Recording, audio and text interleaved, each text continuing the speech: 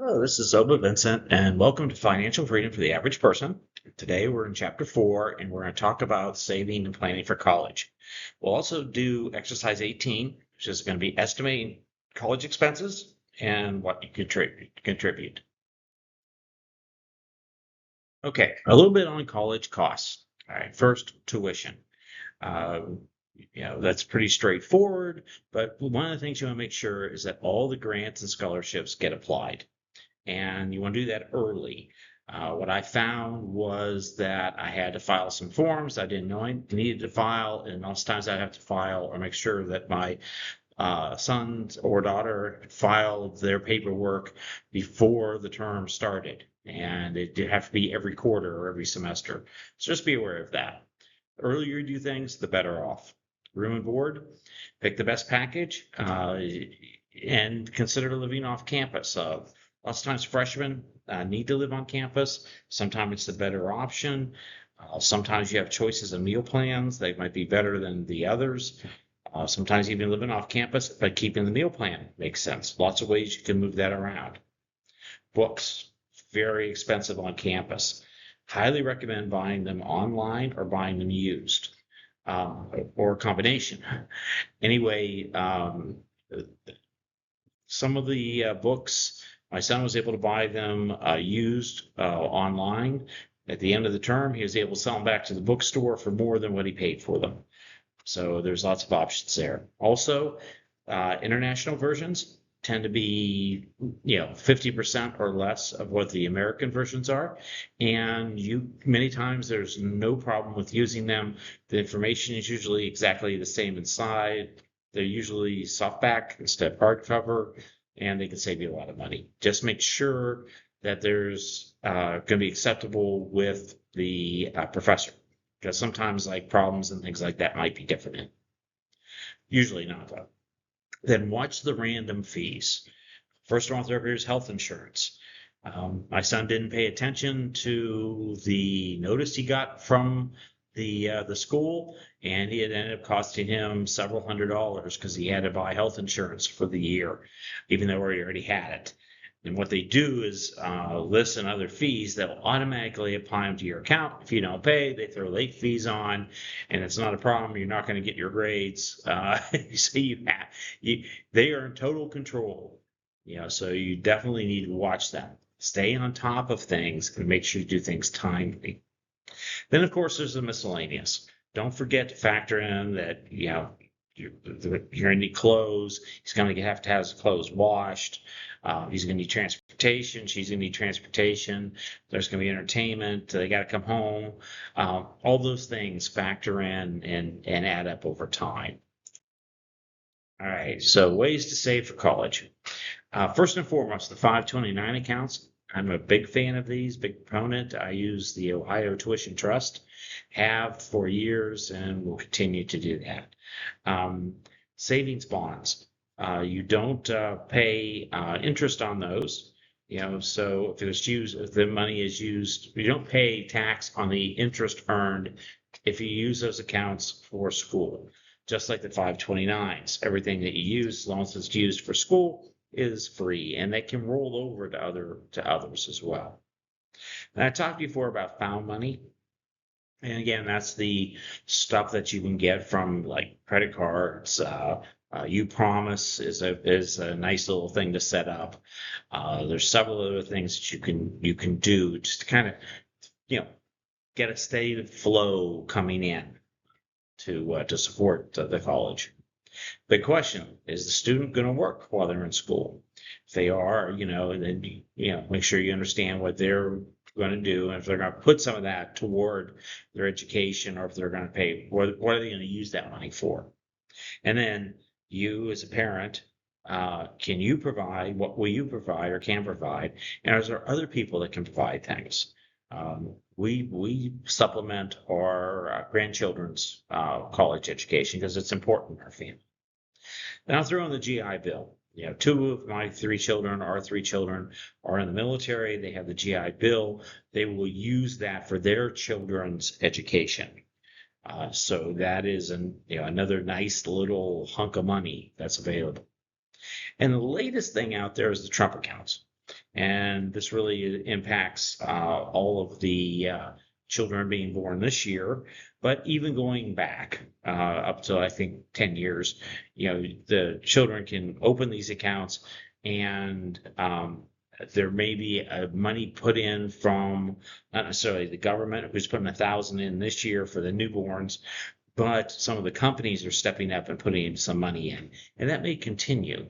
And that money will go into investments, and it will grow tax-free, certainly if it's used for education, retirement, things like that. So brand new out there, check into it. Okay. So let's talk about the path to college. And let's start before they get in high school. One of the big things that we did, and I recommend that everyone does, is introduce your children to successful people and learn how they got there. And a good example would be just when you take your doctor or your child to the doctor, have them ask the nurse or the physician, it's like, how'd you do this? How'd you get there? And get some ideas. And it's also critical to be involved with your children's school, your teachers, and their homework. Now, there's a thing that was released several years ago, the helicopter parenting, which people are pushing back on. I totally support helicopter parenting. As a parent, you need to be involved, and you need to be sometimes aggressive. I would say my helicopter was more of a gunship because I was very aggressive. I wanted the best for my children. And if a teacher wasn't doing what I thought they should be doing, I wanted to know why. And I always did that in a very professional and polite manner, but I did question. And I think our kids got a better education because we were involved and we did question. And then my recommendation is push your children toward advanced math and science classes or another high demand area. That's where the money's at. There's a lot of people that don't like math and science, and take advantage of that. A little bit on AI, use it for sure, but don't let your children become dependent on it. The fact that you can just throw some things in and it will automatically generate whatever you want is good for a assistance, but don't make it the prime. And use it, but be careful. And as a parent, be aware of all the capabilities that is out there with that. Because I'll tell you right now, the students are understanding how they can use them to write papers and complete tests and things like that. And lastly, the whole thing with education and with your children and everything, enjoy the time you have with them, because you won't have that all the time. All right, path to college, freshman year. Now, things start picking up when they get into high school. And the first thing I recommend is lay out a 4-year plan. So it's early on, but they need to know what are they planning on taking, when they're going to take it, how is this going to pull together, how can you make sure they're getting the prerequisites to get into some AP and college courses in their junior, senior years. From the AP courses and alone in high school, kids can get half a year or more of college credit packed in. And that goes a long way to give them the flexibility when they are in college and save money when they're in college. And then make sure they get involved in activities that could lead them to good careers. Robotics club, is a good example. Depending on what they want to do, and a lot of cases they don't know what to do. So again, my recommendation: push math and science. Okay, let's talk about sophomore year. So at this point, at the beginning of sophomore year, I had each of my kids generate a list of colleges and possible degrees so we could start researching them. And then I even took them to some of the local colleges so they could see what the colleges look like before we got more involved in the following years. Okay, junior year. Big thing to be aware of, the PSAT. Is in October of every year, and that is what qualifies everyone for the National Merit Scholar Program. Lots of people don't even take this test seriously, but a high score here can be an immediate college scholarship. So it's very prep for it a little bit. Make sure your son, daughter knows about it and when's it going to be, and hopefully they'll perform well. Here now it's time to actually research and start visiting colleges. In the spring, they'll take the ACT or the SAT test, and you don't need to take both. But it does depend on which colleges you're looking at applying for. Some of the colleges only take the ACT, some only take the SAT, some take both. And the tests are a little bit different. So, but be prepared for that. And then make sure they study to do that, to take that test. You can take it multiple times, but each time there's a cost, and it's better if you just take it the first time and get high enough score to qualify for the right scholarships and get you into the right colleges. All right, senior year, critical, and so many people mess this up. Before the start of school, get your students drafting their college application. Scholarship money goes early and quickly. All applications should be in by November. And this can get expensive. I agreed to pay for 3 to 5 applications, but free ones were up to them. So if they, whatever the fee was, or if it was free, they could do whatever they want with that. In January is when you complete the FAFSAs. And then don't be shocked what it tells you. It's going to tell you that you got to contribute a ridiculous amount. But you have to have that, and you have to have it in place for the colleges to actually load up scholarships. And also loans can come out of that. I don't recommend loans if you can avoid it at all possible. Then your selection, you're usually going to be doing this by April. And then before the selection, I sat down with each of my children, and we went over in detail the pros and the cons of each college. How was it going to relate to the goals? What was the cost going to be? Which was the better one? And and hopefully they aren't looking at following their boyfriend girlfriend to a college. You really want them to make the college based on their decisions. The boyfriend girlfriend thing will work its way out whether or not they're in the same school. Before and during college, each student is different. Okay, but help them set up financial accounts and start building their credit. So now they're at 18, they really need to be thinking about their longer term. Watch the financials, watch those college, what they're charging, and then implement, your agreed to plan. Be their support team, the cheer squad. Give them the best advice you can and help them succeed. In another video, I'll go over the advice I gave my children. Okay, exercise 18. Estimate how much college will cost your children and determine how much you're going to contribute, if any. On a sheet of paper, write down the names of each of your children, their age, and when you anticipate them starting school. Choose a college or two where you'd like them to go, or think they might go, and look up the annual cost of attendance. Make sure you include the room and board and all the things in that. Then multiply that annual cost by 4. Okay, I'm assuming it's, covering, the 4 years. And then multiply it by 1 plus the number of years until they start college, divided by 24. So example, if they're going to start in 12 years, you're going to take 1.5, and you're going to multiply that annual cost by that amount. And then that's going to give you a general idea. Then take how much do you think they're going to contribute, or you expect them to contribute. It's at $5,000 a year from working, it's anything like that. Then take that from the total. While they're in school, how much were you going to contribute? And that, for me, it was $1,000 a month per student. The only part that really sucked was when I had 2 of them in college at the same time. That was only for 1 year, but I had to come up with $2,000 a month. But anyway, then you write down the total. Okay. So what does that look like?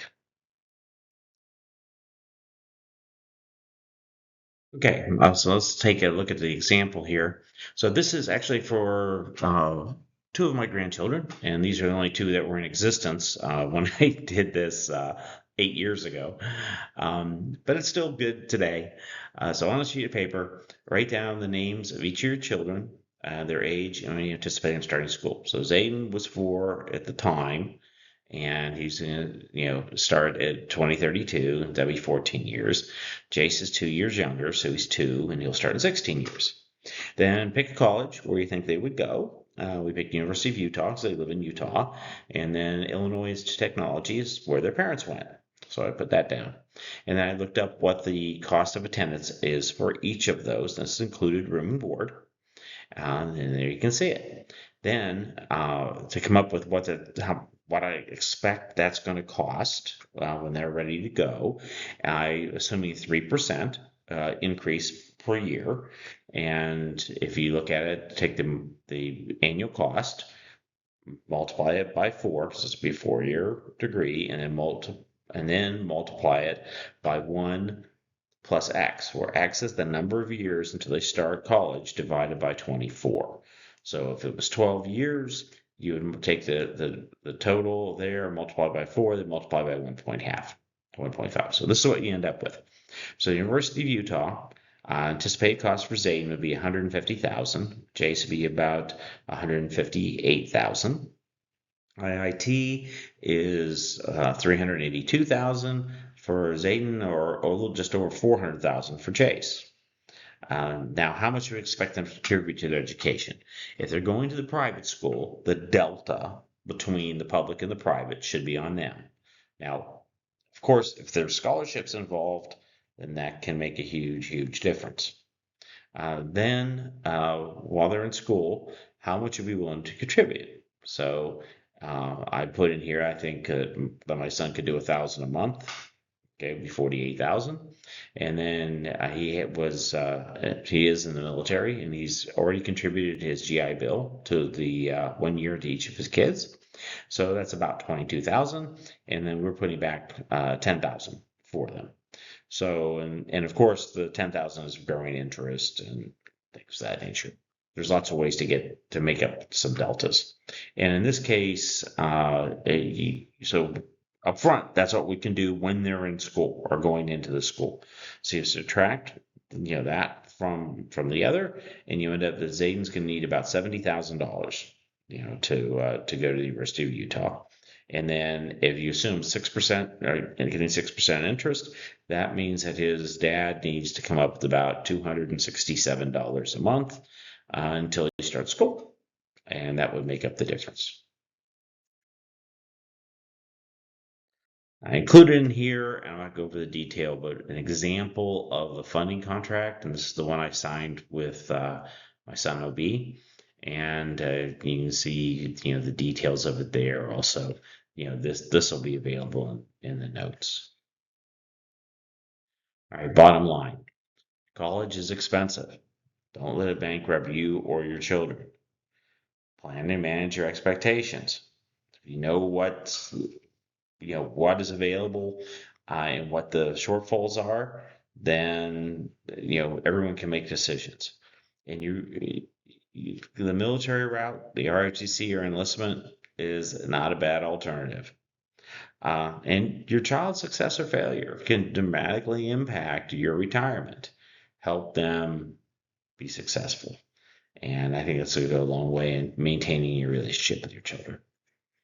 Anyway, well, I hope you like that, and we'll be back with another one soon.